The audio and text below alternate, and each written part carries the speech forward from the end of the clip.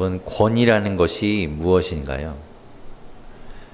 사전적인 의미로는 남을 지휘하거나 통솔하여서 따르게 하는 힘, 그것을 권위라고 말합니다.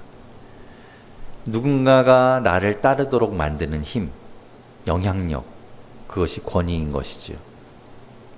권위라고 이야기하니까 벌써 좀 거부감이 들거나 아니면 재미없게 느껴지실 수도 있을 겁니다. 하지만 권위라는 것은 좋은 것입니다. 권위는 지금 말씀드린 것처럼 누군가를 따르게 만드는 힘이기 때문에 권위라는 것이 있음으로 인해서 우리가 그 권위 있는 사람 앞에 그를 따라갈 수 있게 되는 것이죠. 그 힘은 누가 주는 것일까요? 만약 누가 주는 것이 아니라면 그 권위는 어떻게 하여서 생기는 걸까요? 오늘 말씀을 통해서 우리는 진짜 권위가 무엇인지를 좀 한번 살펴보기를 원합니다. 참된 권위가 무엇인가? 참된 그 힘이 무엇이고 어떻게 그것이 생기는 것인가를 살펴보기를 원합니다. 왜냐하면 우리는 그 권위라는 것을 분별해야 되기 때문에 그렇습니다. 가짜 권위, 헛된 권위를 따라가면 안 되겠지요. 우리는 진짜 권위를 따라가야 합니다. 그것이 자존심 상하는 일이 아니라 우리를 올바르게 인도하는 힘이기 때문에 그렇습니다. 그것을 분별하여야 되는 것이지요. 그리고 그렇게 분별된 참 권위 앞에 우리가 어떻게 반응하여야 하는지도 오늘 깨닫게 되기를 바랍니다. 예수님이 예루살렘 성전에 들어가셔서 지금 사람들을 모아놓고 그 앞에서 가르치고 계십니다. 그런데 한 무리의 사람들이 예수님을 막아섭니다. 청중과 예수님 사이에 그들이 들어왔습니다. 대제사장들과 백성의 장로들입니다. 예수님을 향한 그들의 얼굴은 험악합니다. 끝장을 보겠다는 그런 표정으로 예수님을 쏘아붙이고 있습니다. 그리고 예수님께 질문합니다. 말이 좋아서 질문이지 그들의 뉘앙스는 호통을 치는 것처럼 들려집니다. 오늘 본문 23절 말씀을 우리가 다시 한번 읽어보겠습니다. 23절 같이 읽겠습니다. 시작. 예수께서 성전에 들어가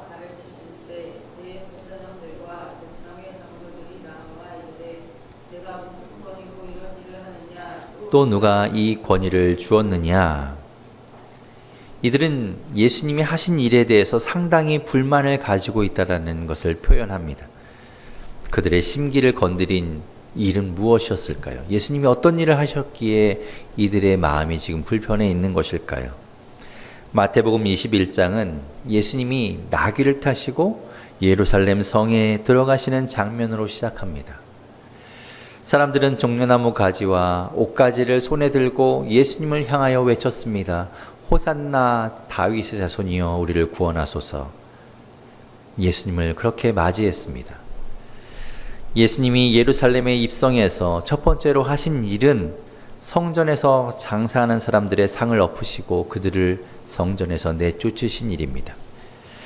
예수님에 대한 소문이 온 이스라엘에 퍼졌을 때, 그리고 사람들이 예수님을 추앙하고 예수님을 따르고 예수님의 이름을 높였을 때 종교 지도자들은 그것이 못마땅했습니다. 하지만 굳이 나설 필요조차 없었습니다. 왜냐하면 예수님 이전에도 그런 사람들은 몇 있었고 또 모두 얼마 가지 않아서 제풀에 지치거나 사람들의 관심이 시들해졌기 때문입니다. 심기가 불편한 것만 조금 견디고 참으면 곧 사그러들 것이라고 생각했습니다. 그런데 예수님이 예루살렘 성에 들어오셔서 성전에서 장사하는 사람들을 내쫓아버린 겁니다. 이제는 그냥 참거나 두고 볼 수가 없는 상황이 되었습니다. 그들이 가지고 있던 인내의 한계가 무너져 버렸습니다. 이 일은 예수님이 그들에게 도전장을 던진 것이고 그들에게 실질적인 손해를 입힌 꼴이 되었습니다. 대제사장들과 백성의 장로들이 성전 앞에서 장사를 하던 사람들과 그들을 허락하고 그들과 함께 유착되어 있던 사람들이었기 때문입니다. 그들 사이에 어떤 일이 있었던 것일까요? 그들 사이에 무슨 사건이 있었길래, 그들 사이에 어떤 모종의 계략이 있었길래 예수님의 사건이, 예수님의 그 성전 청결하게 하신 그 일이 그들에게 손해가 되었던 걸까요? 이스라엘 모든 남자들은 1년에 3번 예루살렘 성전에 가서 하나님께 제사를 드렸습니다. 그들은 성전에 제사를 드리러 갈 때 빈손으로 가지 않았습니다. 신명기 12장 5절에서 7절 말씀을 자막을 통해서 같이 한번 읽어보겠습니다. 5절에서 7절 같이 한번 읽겠습니다. 시작. 오직 너희의 하나님 여호와께서 자기 이름을 두시려고 너희 모든 지파 중에서 택하신 곳인 그 계실 곳으로 찾아 나아가서 너희의 번제와 너희의 제물과 너희의 11조와 너희 손의 거제와 너희의 서원제와 낙헌 예물과 너희 소와 양의 처음 난 것들을 너희는 그리로 가져다가 드리고 거기 곧 너희의 하나님 여호와 앞에서 먹고 너희의 하나님 여호와께서 너희의 손으로 수고한 일에 복 주심으로 말미암아 너희와 너희의 가족이 즐거워할지니라. 아멘. 또한 우리 신명기 16장 16절과 17절에도 하나님께서는 이렇게 명령하셨습니다. 같이 한번 16절 17절 함께 읽겠습니다. 시작. 너의 가운데 모든 남자는 1년에 3번 곧 무교절과 칠칠절과 초막절에 내 하나님 여호와께서 택하신 곳에서 여호와를 배웁되 빈손으로 여호와를 배웁지 말고 각 사람이 내 하나님 여호와께서 주신 복을 따라 그 힘대로 드릴지니라. 아멘. 따라서 하나님 앞에 제사하러 오는 사람들은 빈손이 아니라 하나님께 드릴 예물, 제물을 준비해서 나왔습니다. 그것들을 준비하여서 하나님께서 드리려고 가져왔던 것이죠. 하지만 아무 것이나 하나님께 드릴 수는 없었습니다. 하나님께는 흠이 없는 온전한 제물을 드려야만 했습니다. 신명기 15장 21절에서 하나님께서 또 이렇게 말씀하십니다. 같이 한번 읽어보겠습니다. 21절 함께 읽겠습니다. 시작. 그러나 그 짐승이 흠이 있어서 절거나 눈이 멀었거나 무슨 흠이 있으면 내 하나님 여호와께 잡아 드리지 못할지니. 아멘. 하나님께는 이렇게 흠이 있는 것을 드릴 수 없었습니다. 흠이 없는 것으로만 하나님께 드릴 수 있었지요. 그렇다면 그 제물이 흠이 있고 없으면 누가 판단할까요? 가져온 사람이 판단하는 것이 아닙니다. 제사장이 그 제물을 보고 판별하는 겁니다.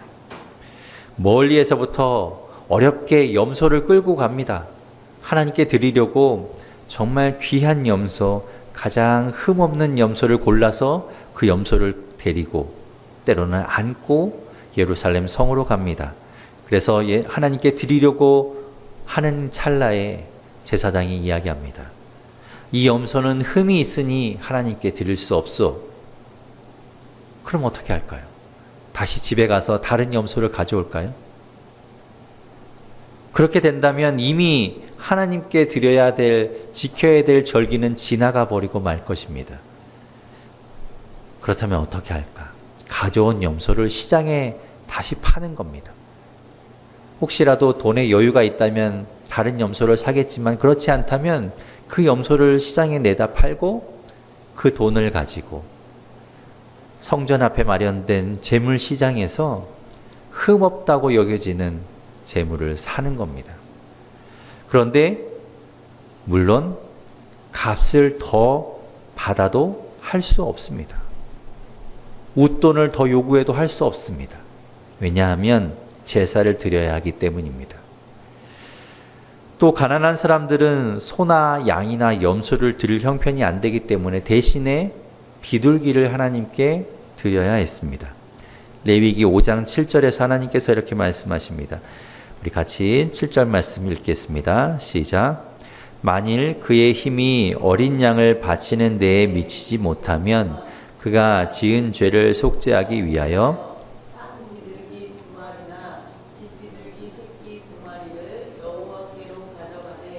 하나는 속죄 제물을 삼고 하나는 번제물을 삼아.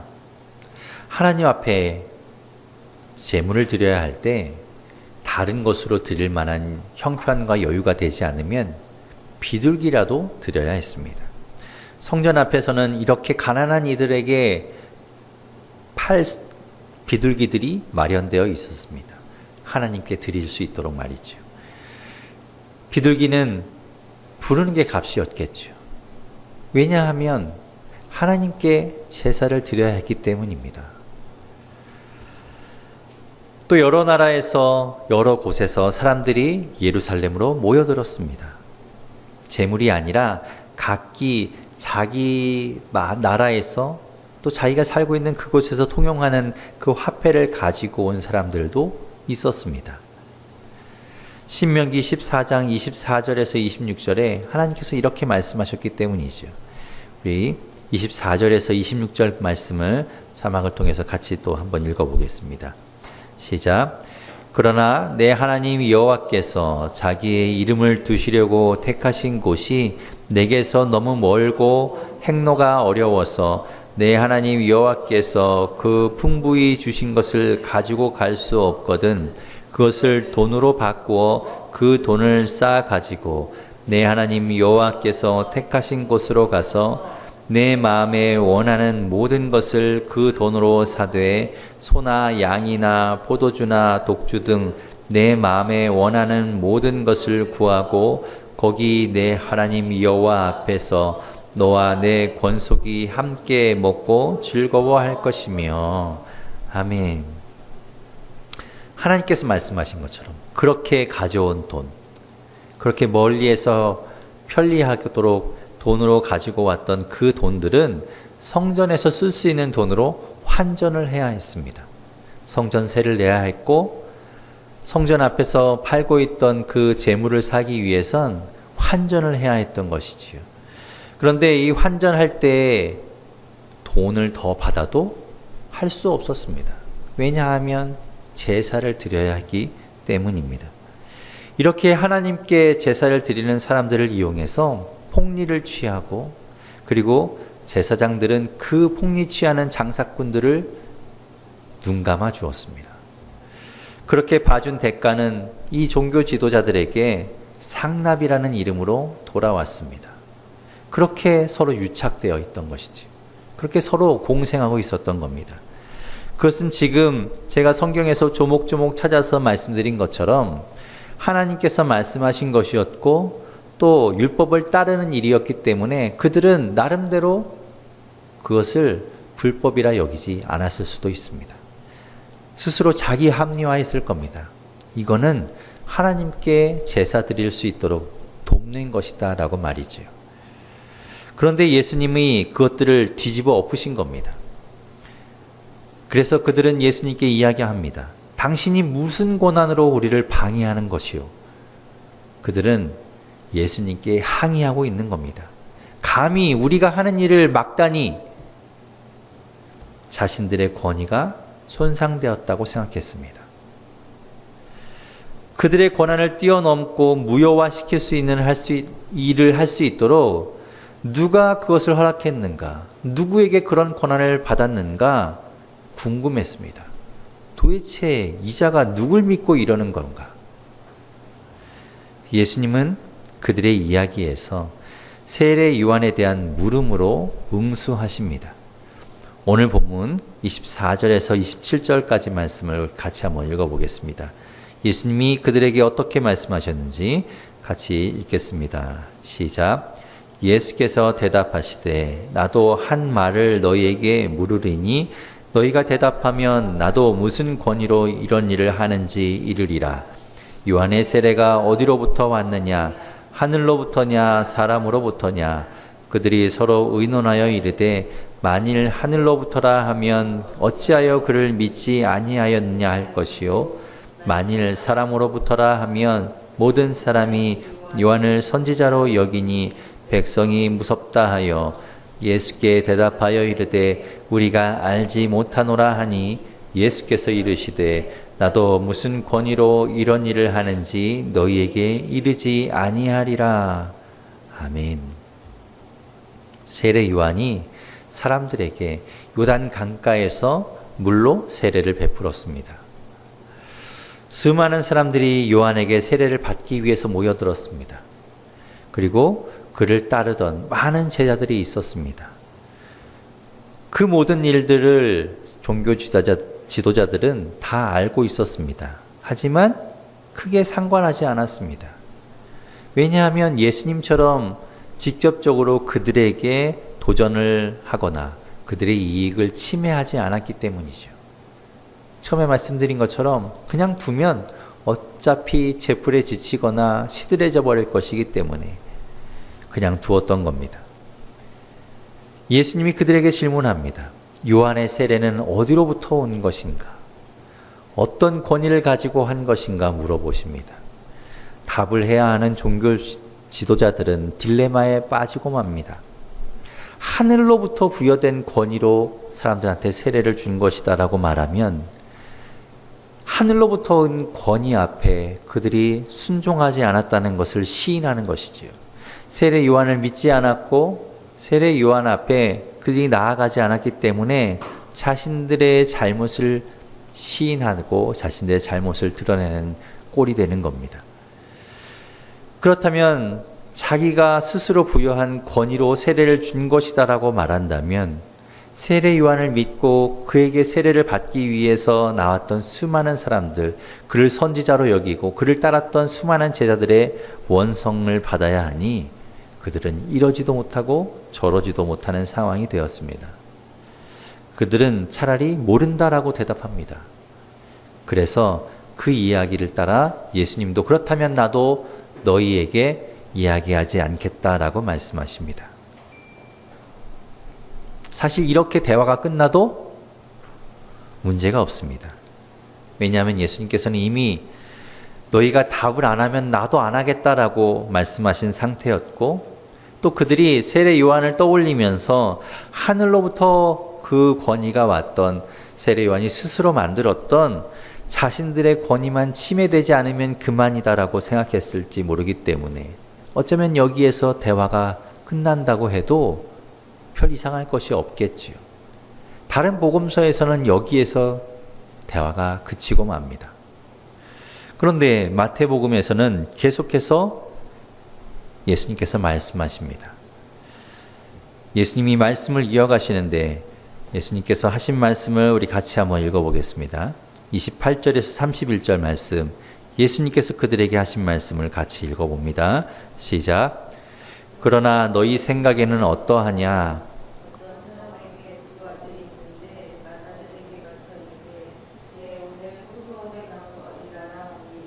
대답하여 이르되 아버지 가겠나이다 하더니 가지 아니하고 둘째 아들에게 가서 또 그와 같이 말하니 대답하여 이르되 실소이다 하였다가 그 후에 뉘우치고 갔으니 그 둘 중에 누가 아버지의 뜻대로 하였느냐? 이르되 둘째 아들이니이다.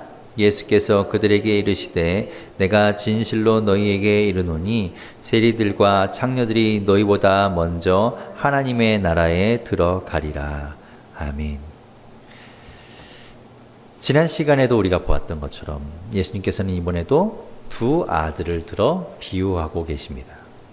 이렇게 두 사람의 예를 들고 두 사람을 이용해서 비유하신다는 것은 서로 비교되는 것을 말씀하시려는 것이죠.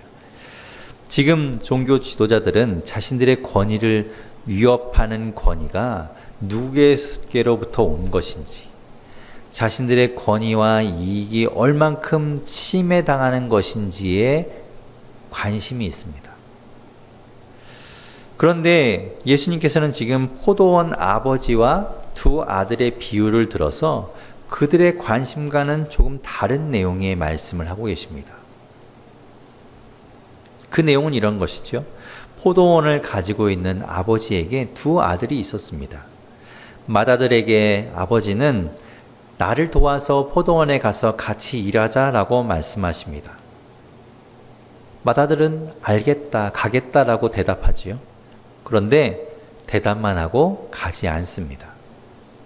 아버지는 둘째 아들에게도 동일하게 이야기합니다. 나를 도와서 포도원에 가서 함께 일하자. 둘째 아들은 면전에서 싫다고 이야기합니다. 그런데 얼마 지나지 않아 이 둘째 아들이 그것을 뉘우치고 아버지가 혼자 일하고 계신 그 포도원에 가서 함께 포도원을 가꿉니다.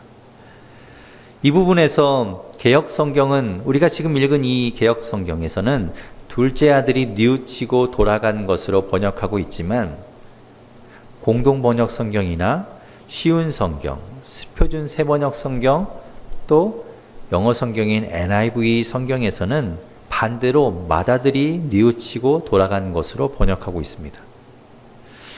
혹시라도 그런 성경을 보시면서 왜 여기는 서로 다르게 되어 있지라고 생각하실까봐 참고로 말씀드리는 겁니다.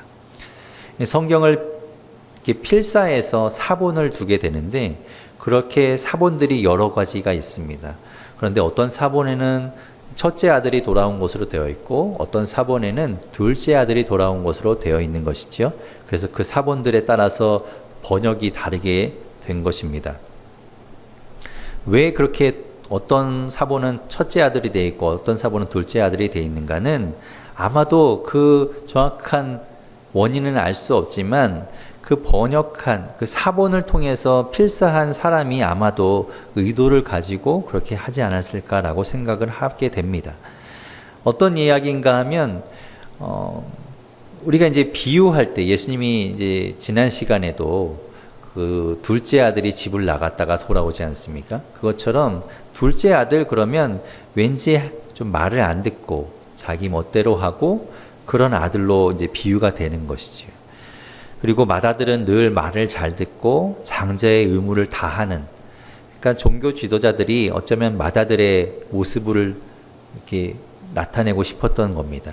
그래서 그 필사로 사본을 이렇게 만들던 그 사람이 그 의미를 좀 더 드러내기 위해서 둘째 아들로 바꾼 것이겠죠.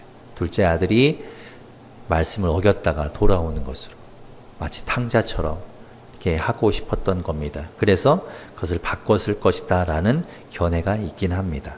어쨌든 왜 그렇게 됐는지는 정확하게는 알 수가 없죠. 아무튼 둘째가 돌아왔든지 맏아들이 돌아왔든지 중요한 것은 아닙니다. 누가 들어왔는지가 중요한 것이 아니라, 가겠다고 했던 사람이 오지 않고 안 가겠다고 했던 사람이 뉘우치고 돌아오는 것이 중요한 것이죠. 얼핏 들어도 이 비유는 어쩌면 믿음과 회개와 그런 것이 관련되어 있는 비유로 들립니다.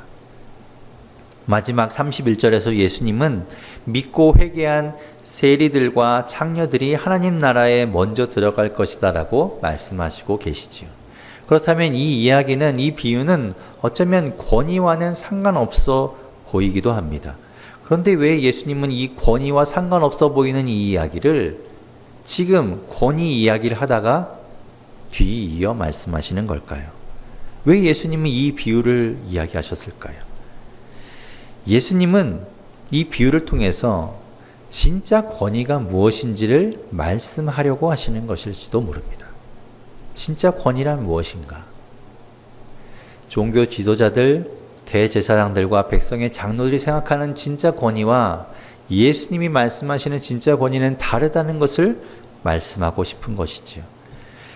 참된 권위가 무엇인가를 이야기하고 싶은 겁니다. 참된 권위는 누군가에게서 받아서 생기는 것이 아니라는 것을 이야기하고 싶으신 겁니다. 유명하고 덕망 있는 스승이 있습니다. 그에게는 수제자가 있었습니다. 그런데 그런 훌륭한 선생 밑에 있던 수제자라고 해서 권위를 이어받게 되는 것은 아닙니다. 사람들은 그를 외면할 수 있습니다. 그가 어떤 행실을 보이느냐, 어떤 삶으로 살고 있느냐에 따라서 권위가 무너질 수도 있고 그 스승만큼 권위가 세워질 수도 있다라는 것입니다. 권위는 처음에 말씀드린 것처럼 다른 사람을 움직일 수 있는 힘이기 때문에 그렇습니다. 요즘 서울에 있는 초대형 교회에서 아들 목사에게 교회를 세습해 준 사건이 있었습니다.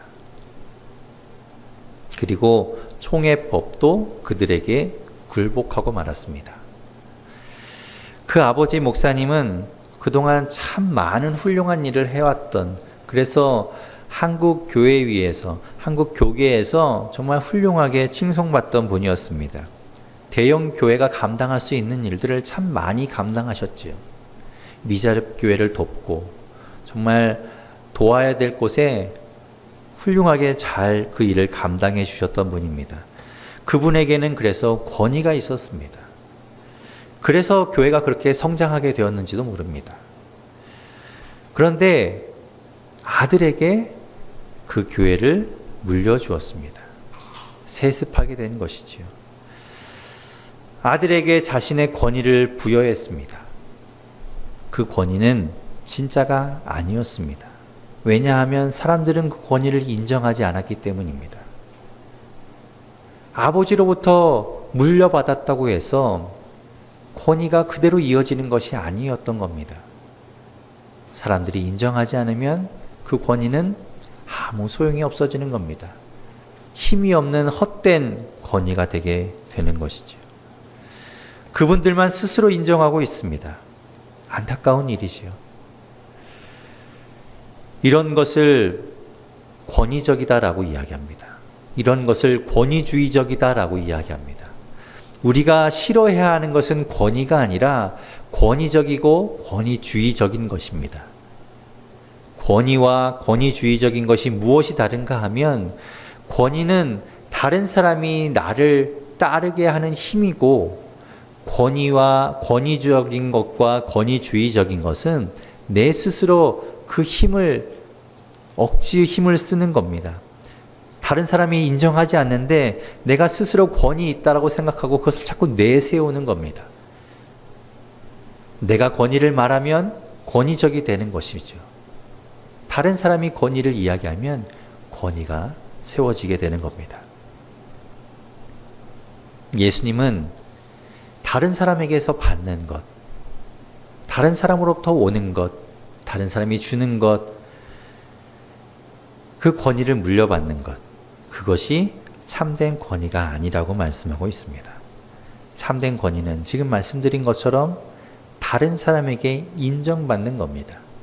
그것이 진짜 권위인 것이지요.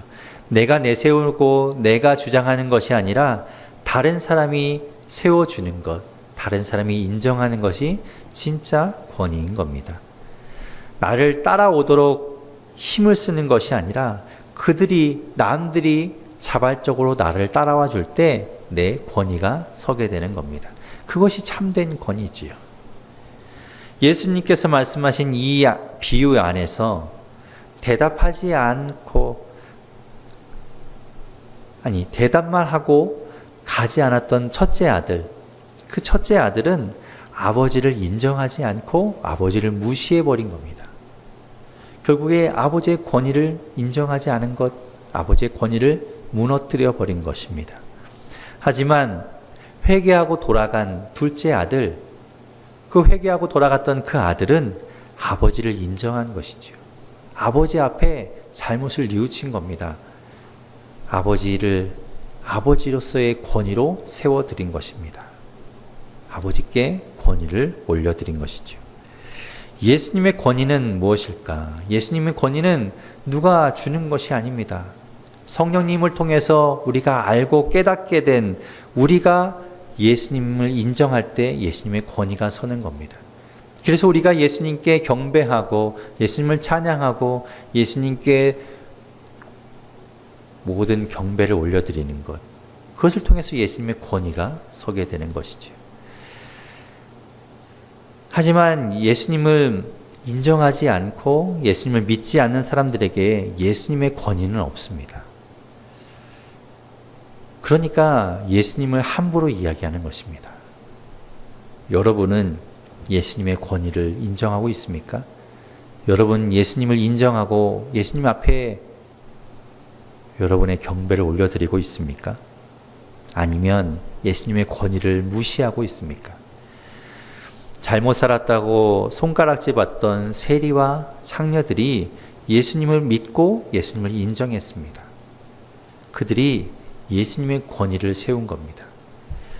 예수님을 경배하고 그 앞에 엎드렸습니다. 그런 그들이 하나님의 나라에 들어간 것이죠. 대답만 하고 돌아가지 않아서 권위를 무시한 아들이 되어서 그대로 남겠습니까?